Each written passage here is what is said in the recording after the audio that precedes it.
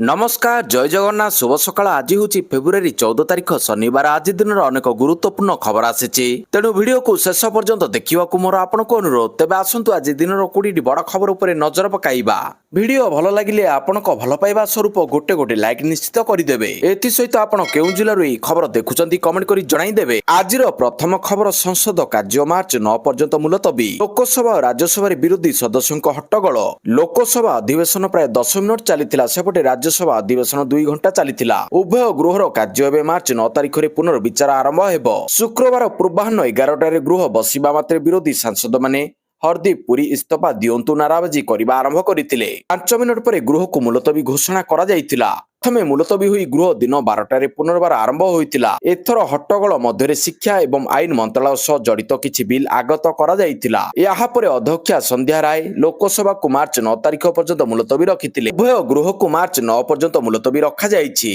परवर्ती खबर चिन्नास्वामी स्टेडियम को फेरिबो क्रिकेट आईपीएल मैच आयोजन करिपारे आरसीबी चिन्नास्वामी स्टेडियम को क्रिकेट फेरिबाकू जाउछि ग्रेटर बेंगालुरु प्राधिकरण मुख्य महेश्वर राव अध्यक्षतार सरकार द्वारा नियुक्त कमिटीर सुपारिश पर राज्य कैबिनेट गुरुवार मैच पुनः आरंभ करने को मंजूरी देइछि जनवरी 17 रे गृह विभाग शर्तमूलक अनुमोदन देइथिले फल विजेता रॉयल चैलेंजर्स बेंगलुरु आरसीबी एठारे आईपीएल मैच आयोजन करिपारे परवर्ती खबर बात्या गोजानी नेला 31 जीवन माडागास्कर मुख्य बंदर सहर टोआ मासानिया रे बात्या गाजनी तांडव रचिछि गोजनी स्थलभाग छुईबा समय भयंकर घूर्णिझड़ परिणत होइतिला यार प्रभाव 31 जन नागरिकों मृत्यु होइछि 4 जन निखोज थिबा बेले 36 रु अधिक लोक आहत होइछंती प्रबल वर्षा और पवन लागि रहितिबारु 6000 रु अधिक लोकंकु सुरक्षित स्थान को स्थानांतरित करा जायछि घंटा प्रति प्राय 185 किलोमीटर बेगरे पवन बहितिला परवर्ती खबर पारादीप रे ब्लू फ्लैग बीच समीक्षा कले मुख्य सचिव सेप्टेम्बर सुधा सरिबो काम पारादीप रे मुख्य शासन सचिव अनुगर समीक्षा करिसंती प्रथमे बेलाभूमि को जाई समीक्षा करिबा सह सेप्टेम्बर सुधा काम सारिबाकू लक्ष्य रखा जायतिबा श्रीमती गर्ग गणमाध्यम को सूचना दे कहते दीर्घ 7 किलोमीटर बेलाभूमि उन्नयन करू किछि अंश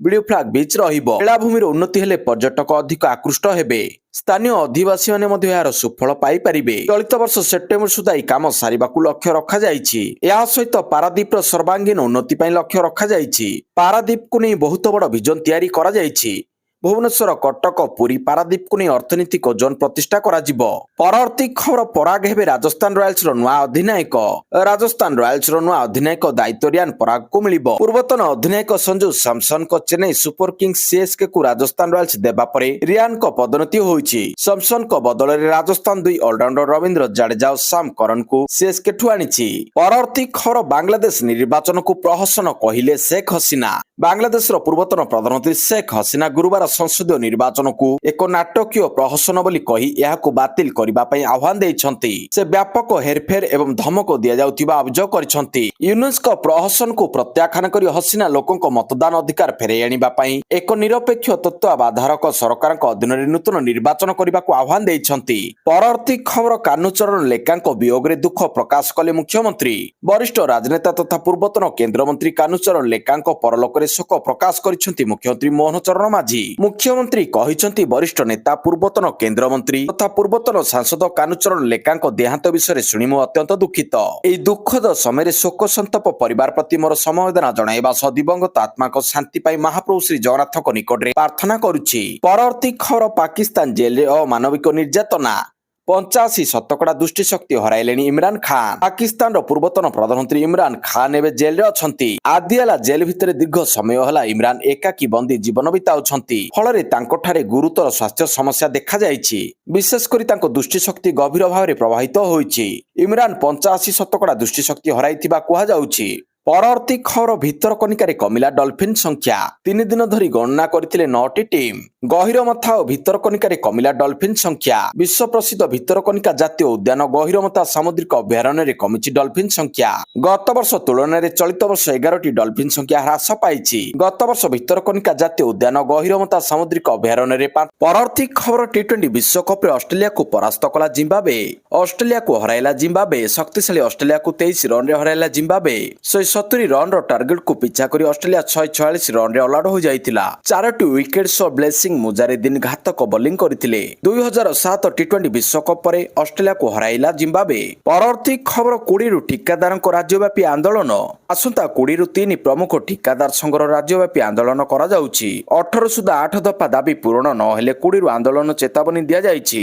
ରାଜ୍ୟବ୍ୟାପୀ ଠପ୍ ହେବ ସମସ୍ତ ସରକାରୀ ନିର୍ମାଣ କାର୍ଯ୍ୟ। ଏକାଠି ହେବେ 70,000 ଠିକାଦାର 3 ପ୍ରମୁଖ ଠିକାଦାର ସଂଘ। ମିନିଟ୍ରେ ମିଳିତ ମଞ୍ଚ ଓଡ଼ିଶା ଠିକାଦାର ମହାସଂଘ ଚେତାବନୀ ଦେଇଛି। ରାଜଧାନୀ ରାଜରାସ୍ତାରେ ବିଶାଳ ସମାବେଶ କରିବ ମହାସଂଘ। ଟେଣ୍ଡର ସୀମା ବୃଦ୍ଧି ଜରିମାନା ଛାଡ଼ି ଆଦି 8 ଦଫା ଦାବି କରିଛି ସଂଘ। ପରବର୍ତ୍ତୀ ଖବର ନବୀନ ପଟ୍ଟନାୟକଙ୍କ ପ୍ରମାଣ ମାଗିଲେ ଅରବିନ୍ଦ ମହାପାତ୍ର। ଆଗକୁ ରାଜ୍ୟସଭା ନିର୍ବାଚନ ରହିଛି। ଆଉ ଠିକ୍ ଏହି ସମୟରେ ପୁଣି ବିଜେଡି ସୁପ୍ରିମୋଙ୍କୁ ଚ୍ୟାଲେଞ୍ଜ କରିଛନ୍ତି ବିଜେଡିରୁ ନିଲମ୍ବିତ ପାଟକୁରା ବିଧାୟକ ଅରବିନ୍ଦ ମହାପାତ୍ର।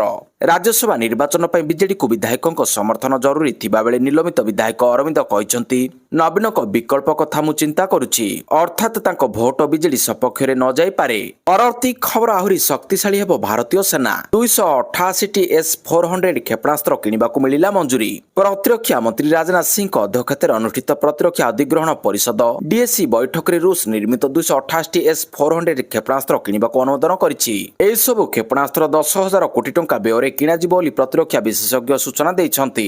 ସରକାର ଅପରେସନ ସିନ୍ଦୁରରେ ବ୍ୟବହୃତ ତଥା ଅଧିକ ଦୂରଗାମୀ ଏବଂ ସ୍ୱଳ୍ପ ଦୂରଗାମୀ ଭୂପୃଷ୍ଠରୁ ଆକାଶ ବିତରଣ ପ୍ରଣାଳୀ ମହଜୁଦ କରିବା ପାଇଁ ଏହି କ୍ଷେପଣାସ୍ତ୍ରଗୁଡ଼ିକୁ ହାସଲ କରିବେ ବୋଲି ଜଣାପଡ଼ିଛି। ପରବର୍ତ୍ତୀ ଖବର ସେବାତୀର୍ଥକୁ ଉଦ୍ଘାଟନ କଲେ ପ୍ରଧାନମନ୍ତ୍ରୀ ନରେନ୍ଦ୍ର ମୋଦି।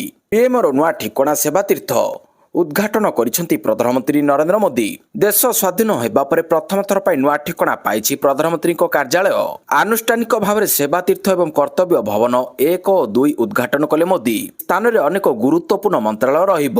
ପୂର୍ବରୁ PMO national security council secretariat ଏବଂ କ୍ୟାବିନେଟ୍ ସେକ୍ରେଟାରିଏଟ୍ ପୃଥକ ପୃଥକ ସ୍ଥାନରେ ଥିଲା, ଏବେ ଗୋଟିଏ ସ୍ଥାନରେ କାର୍ଯ୍ୟ କରିବେ। ପରବର୍ତ୍ତୀ ଖବର ଶ୍ରୀ ଜଗନ୍ନାଥ ଦର୍ଶନ ଯୋଜନାର ଶୁଭାରମ୍ଭ। ପୁରୀ ଗଲେ 74 ଶ୍ରଦ୍ଧାଳୁ। ଆରମ୍ଭ ହେଲା ଶ୍ରୀ ଜଗନ୍ନାଥ ଦର୍ଶନ ଯୋଜନା। ଗଞ୍ଜାମ ଜିଲ୍ଲା ଛତ୍ରପୁରଠାରେ ଏହାର ଶୁଭାରମ୍ଭ କରାଯାଇଛି।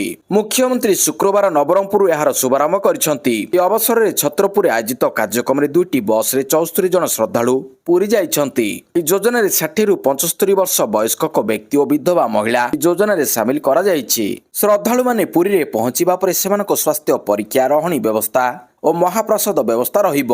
ଜିଲ୍ଲା ପ୍ରଶାସନ ପକ୍ଷରୁ ଏକ ଟିମ୍ ମଧ୍ୟ ସେମାନଙ୍କ ସହ ଯିବେ। ଶ୍ରଦ୍ଧାଳୁ ଯେପରି ଶ୍ରଦ୍ଧା ଓ ଶୃଙ୍ଖଳାର ସହ ଦର୍ଶନ କରି ଫେରିବେ ସେହିପରି ବ୍ୟବସ୍ଥା କରାଯାଇଛି। ପରବର୍ତ୍ତୀ ଖବର ସ୍ନାତକ ଓ ସ୍ନାତକୋତ୍ତର ପାଠ୍ୟକ୍ରମ ପାଇଁ ଚଳିତ ବର୍ଷ ଆଗୁଆ ନାମଲେଖା। ଚଳିତ ବର୍ଷ ସ୍ନାତକୋତ୍ତର ନାମଲେଖା ଆଗୁଆ ହେବ। ଜୁଲାଇ ମାସ ଦ୍ୱିତୀୟ ସପ୍ତାହରୁ ଶିକ୍ଷାଦାନ ଆରମ୍ଭ କରିବାକୁ ଉଚ୍ଚଶିକ୍ଷା ବିଭାଗ ଯୋଜନା ପ୍ରସ୍ତୁତ କରିଛି। ଏହାକୁ ଦୃଷ୍ଟି ରଖି ସ୍ନାତକୋତ୍ତର ନାମଲେଖା ପାଇଁ ଏକକ ପ୍ରବେଶିକା ପରୀକ୍ଷା CPETକୁ ଆଗୁଆ କରାଯିବ। ସେହିପରି ସ୍ନାତକ ପଢୁଥିବା ଛାତ୍ରଛାତ୍ରୀଙ୍କ ପରୀକ୍ଷାକୁ ମଧ୍ୟ ସଠିକ ସମୟରେ କରି ତ୍ୱରିତ ଫଳ ପ୍ରକାଶ କରିବା ପାଇଁ ଉଚ୍ଚଶିକ୍ଷା ବିଭାଗ ପକ୍ଷରୁ ସମସ୍ତ ବିଶ୍ୱବିଦ୍ୟାଳୟ ମହାବିଦ୍ୟାଳୟକୁ କଡ଼ା ନିର୍ଦ୍ଦେଶ ଦିଆଯାଇଛି। ଆସନ୍ତା ଏପ୍ରିଲ 30 ସୁଦ୍ଧା ସମସ୍ତ ବିଶ୍ୱବିଦ୍ୟାଳୟ ସ୍ନାତକ ମହାବିଦ୍ୟାଳୟ ସେମାନଙ୍କ ଶେଷ ସେମିଷ୍ଟାର ପରୀକ୍ଷା ସାରିବାକୁ କଡ଼ା ନିର୍ଦ୍ଦେଶ ଦିଆଯାଇଛି। ପରବର୍ତ୍ତୀ ଖବର ସରକାର ଆଣିବେ ନାହିଁ ରାହୁଲଙ୍କ ବିରୋଧରେ ସ୍ୱତନ୍ତ୍ର ପ୍ରସ୍ତାବ। କେନ୍ଦ୍ର ସଂସଦୀୟ ବ୍ୟାପାର ମନ୍ତ୍ରୀ କିରେନ୍ ରିଜିଜୁ ଶୁକ୍ରବାର କହିଛନ୍ତି ଯେ ପ୍ରଧାନମନ୍ତ୍ରୀ ନରେନ୍ଦ୍ର ମୋଦିଙ୍କ ବିରୋଧରେ ଅଣସଂସଦୀୟ ଭାଷା ବ୍ୟବହାର କରିବା ପାଇଁ ରାହୁଲ ଗାନ୍ଧୀଙ୍କ ବିରୋଧରେ ସରକାର ସ୍ୱତନ୍ତ୍ର ପ୍ରସ୍ତାବ ଆଣିବେ ନାହିଁ। ବିଜେପି ସାଂସଦମାନେ ବିରୋଧୀ ଦଳର ନେତା ରାହୁଲ ଗାନ୍ଧୀଙ୍କ ବିରୋଧରେ ସ୍ୱାଧିକାର ଭଙ୍ଗ ପ୍ରସ୍ତାବ ଆଣିବାକୁ ଚାହୁଁଥିଲେ। ବିଜେପି ସାଂସଦ ଏହି ପ୍ରସଙ୍ଗରେ ଏକ ନୋଟିସ ମଧ୍ୟ ଦାଖଲ କରିଥିଲେ, କିନ୍ତୁ ପ୍ରସ୍ତାବ ଆଣିବାର ଯୋଜନାକୁ ସରକାର ସ୍ଥଗିତ ରଖିଛନ୍ତି।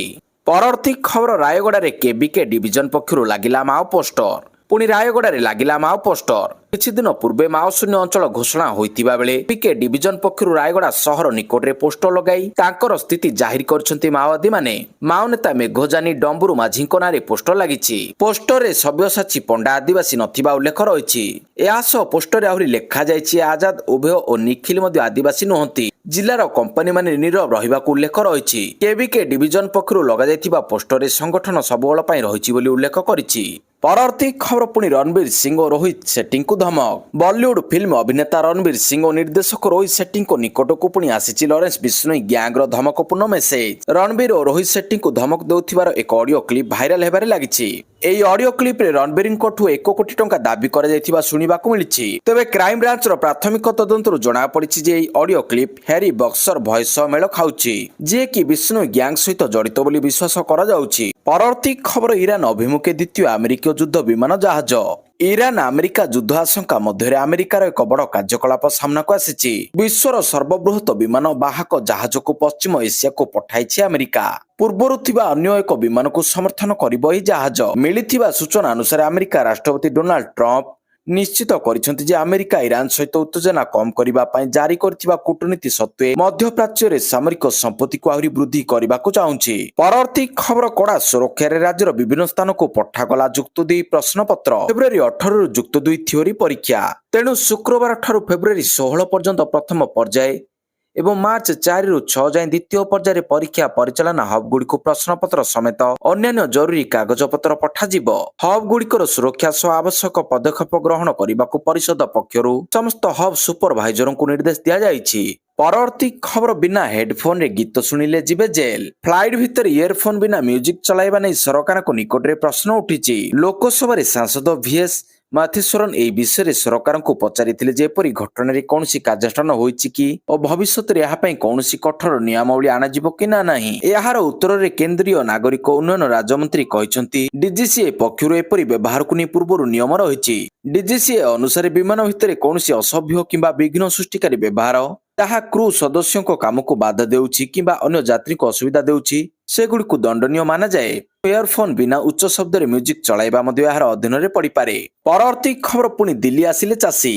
ଏବେ ଆମେରିକା ସହ ଭାରତ କରିଥିବା ବାଣିଜ୍ୟ ଚୁକ୍ତିକୁ ନେଇ ଲୋକସଭାରେ ରାହୁଲ ଗାନ୍ଧୀ ବିଜେପି ସରକାର ଉପରେ ପ୍ରବଳ ବର୍ଷିଛନ୍ତି। ସେ ଲଗାତାର ଭାବରେ ଅଭିଯୋଗ କରୁଛନ୍ତି କି ଏହି ବାଣିଜ୍ୟ ଚୁକ୍ତି ଭାରତର ଚାଷୀଙ୍କୁ ବର୍ବାଦ କରିଦେବ, ଏହା ସହ ଖାଦ୍ୟ ସୁରକ୍ଷା ଆଇନକୁ ଦୁର୍ବଳ କରିଦେବ। ଲୋକସଭାରେ ରାହୁଲ ଗାନ୍ଧୀ ଏହି ଚୁକ୍ତିକୁ ଚାଷୀ ବିରୋଧୀ ବୋଲି ପ୍ରମାଣିତ କରିବାକୁ ଚେଷ୍ଟା କରିଛନ୍ତି। ଏହି କ୍ରମରେ ସେ କିଷାନ ସଂଘର ନେତାଙ୍କୁ ଭେଟି ଆଲୋଚନା କରିଛନ୍ତି। ଶୁକ୍ରବାର ଦିନ ରାହୁଲ ଗାନ୍ଧୀ ଲୋକସଭାର ସଂସଦ ଭବନ ପରିସରରେ ସାରା ଦେଶର କିଷାନ ସଂଘ ନେତାଙ୍କୁ ଭେଟିଛନ୍ତି, ଯେଉଁଥିରେ ଭାରତ ଆମେରିକା ଅନ୍ତରୀଣ ବ୍ୟବସାୟ ଚୁକ୍ତିକୁ ବିରୋଧ କରିବାକୁ ସାରା ଦେଶରେ ଆନ୍ଦୋଳନର ଆବଶ୍ୟକତା ସହ କୃଷକ ଓ ଶ୍ରମିକଙ୍କ ଜୀବନ ଜୀବିକା ରକ୍ଷା କରିବା ଉପରେ ଚର୍ଚ୍ଚା ହୋଇଛି। ପରବର୍ତ୍ତୀ ଖବର ଭାରତୀୟ ପାସପୋର୍ଟର ଶକ୍ତି ବଢିଲା।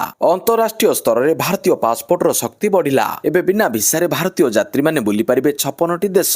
ନିକଟରେ ପ୍ରକାଶିତ 2024 ମସିହା ହେନେଲି ପାସପୋର୍ଟ ଇଣ୍ଡେକ୍ସରେ ଭାରତର ରାଙ୍କ ତୀବ୍ର ଗତିରେ ଆଗକୁ ବଢିଛି।